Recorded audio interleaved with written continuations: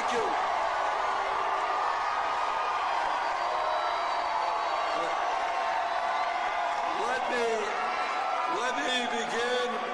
Let me begin by thanking Sokoa, Juan Ayon.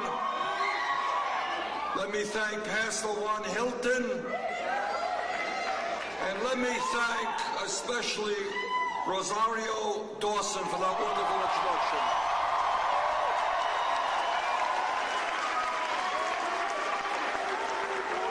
Rosario is not just a wonderful actress. She is standing up every day fighting for social justice, racial justice, economic justice.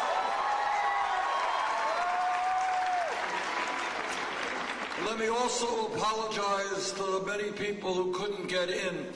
What ended up happening is we were supposed to be in Wyoming today. It's snowing a lot in Wyoming. So we figured we would come to LA. It doesn't snow here so much.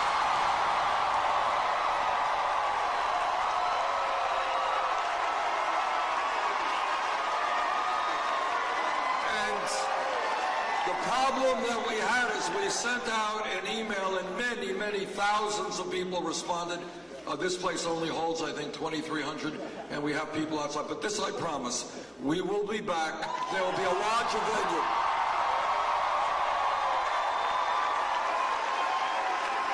And next time, we'll have 20 or 30,000 of us together.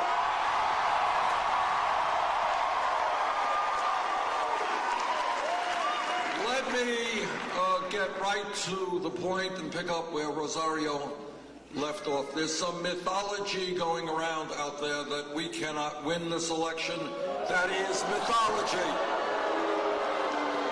I'll tell that to the people in Idaho and Utah last night.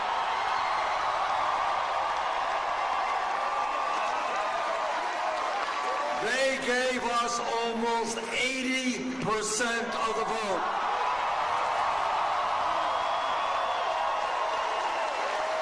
Tell that to the people in 9 other states where we won in almost every instance overwhelming victories.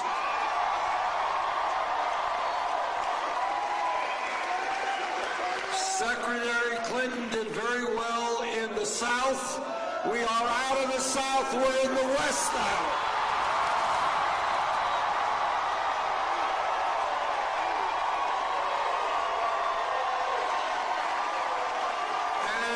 We can argue as to whether Vermont is more progressive than California, but I feel very comfortable here tonight.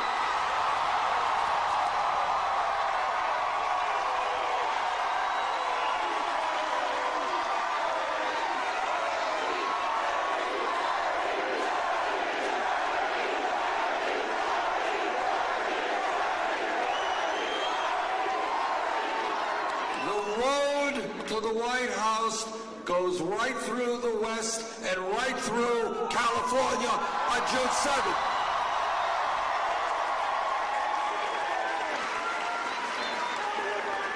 Now, I want to say something else. Rosario was talking about the media, and she made some very important points, and I'm going to pick up on that in a moment. But this is what I want you to know. If anyone tells you, well, you know, Bernie is a nice guy, he combs his hair really nicely.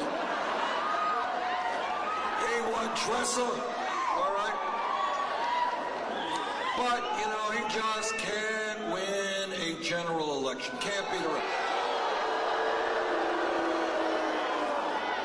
So let me just relate to you a recent CNN poll. Here's the poll. Here's the poll, all right? Hillary Clinton versus Donald Trump. Hillary Clinton did very well. She got 53% to 41 for Trump. She won by 12 votes. That's very good. Bernie Sanders won by 20 points.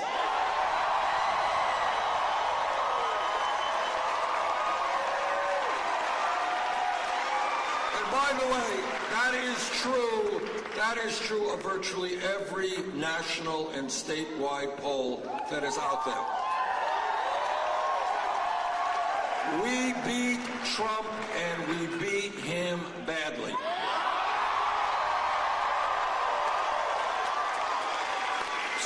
poll, John Kasich defeats Hillary Clinton 51-45. He beats her by 6 points. We beat Kasich by 6 points. Listen to this. Same poll. Ted Cruz, 48%. Ted Cruz, 48. Hillary Clinton, 48. Bernie Sanders, 55. Cruz, 42.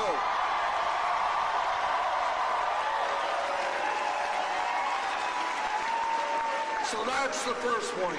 Yes, we can win this nomination. It's not going to be easy. California will be very important.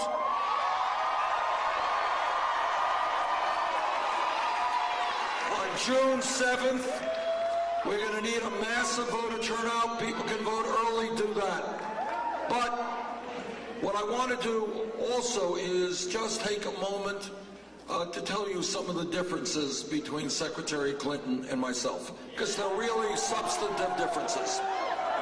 Number one, I think all of you are aware that to a very horrific level, big money dominates what goes on in this country politically and economically. And all of the powerful special interests donate huge amounts of money to political candidates. When we began this campaign, we had to make a very important decision. And that decision was, should we have a super PAC or not? We agreed with you.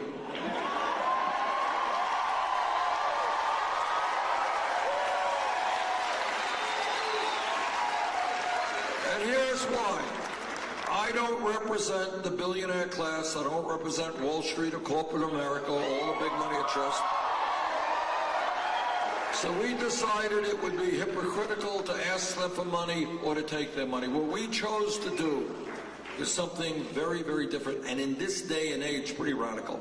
What we did is we went out to the middle class of this country and working families, and we said, if you want to be part of a campaign that is going to take on big money and transform this country, we need your help.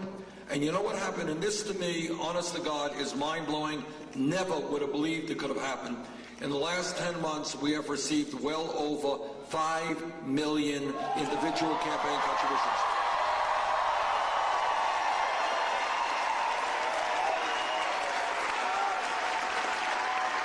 Anybody know what the average contribution is? $27.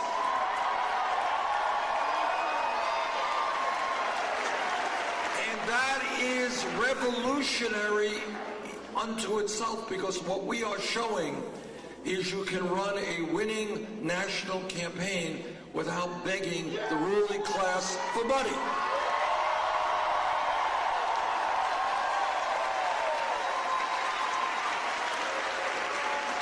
To quote Abraham Lincoln at Gettysburg, this is a campaign of the people, by the people, and for the people.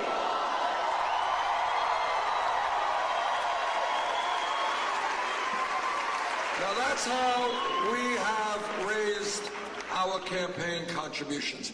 Hillary Clinton has chosen to do it a slightly different way. Just a slightly different way. She has several super PACs. One of them recently reported raising $25 million from special interest, including $15 million from Wall Street. Now, in addition to that, as many of you know, Secretary Clinton has given speeches on Wall Street behind closed doors for $225,000 a speech. Now, this is what I think.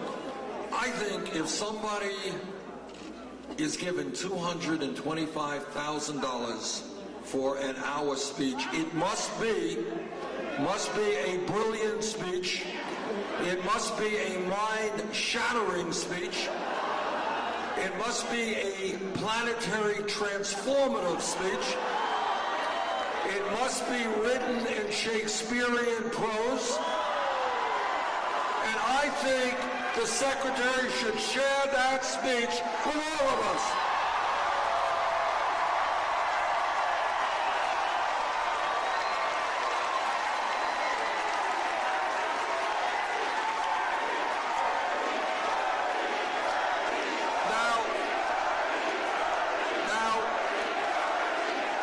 Now, Secretary Clinton said, well, she said, look, I will release the transcripts if other people do the same.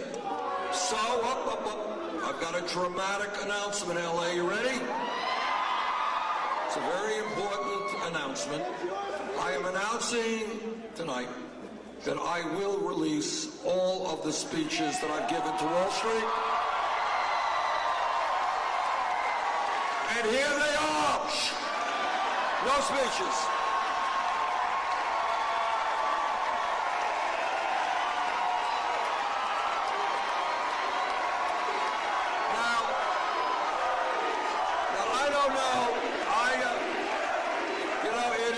For me to imagine, I've been thinking about this, why won't Wall Street give me $225,000 to speak? I'm ready. We'll give the money to charity, but I'm ready to go. But maybe it has something to do that I would tell the crooks on Wall Street that they will not continue to destroy the economy of the United States of America.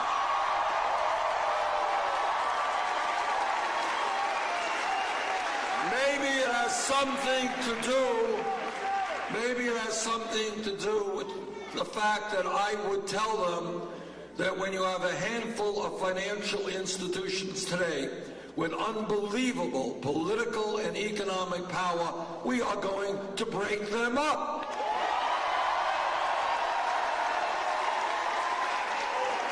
And furthermore, listen to this.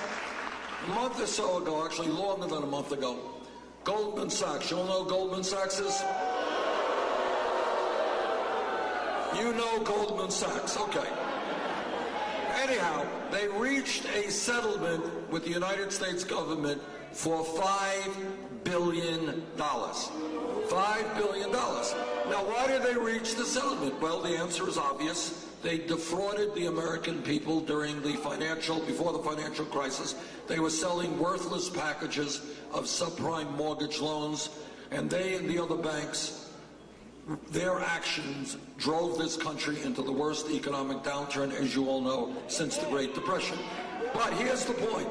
Some kid in Los Angeles or Vermont gets picked up today with marijuana. That kid will have a police record. But that's another story we're going to get to in a second. But if you are an executive on Wall Street whose recklessness, greed, and illegal behavior resulted in millions of people losing their jobs, their homes, and their life savings, you know what happens to you? Nothing. No, actually, that's not quite right. You get a pay raise. That's what happens to you. So we will, if my good friends on Wall Street choose to invite me there, what we will tell them is that there are going to be changes in the criminal justice system.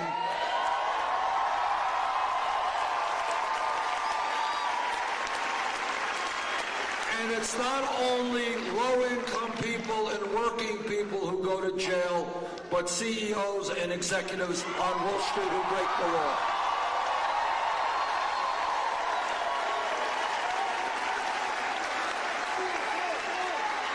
So I just want to know, do you think they're going to pay me $225,000 to tell them that? Probably not. That's all right. Another issue that Secretary Clinton and I disagree on, and that is the issue of trade. Now, trade is not a sexy issue. It's not an issue that the media covers virtually at all. It is an enormously important issue. That's right.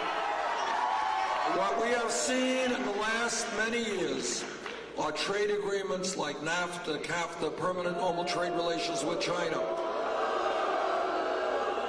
And these agreements, as all of you know, were written by corporate America, and their goal was very simple. You don't need a PhD in economics to figure it out. What they were saying is, why do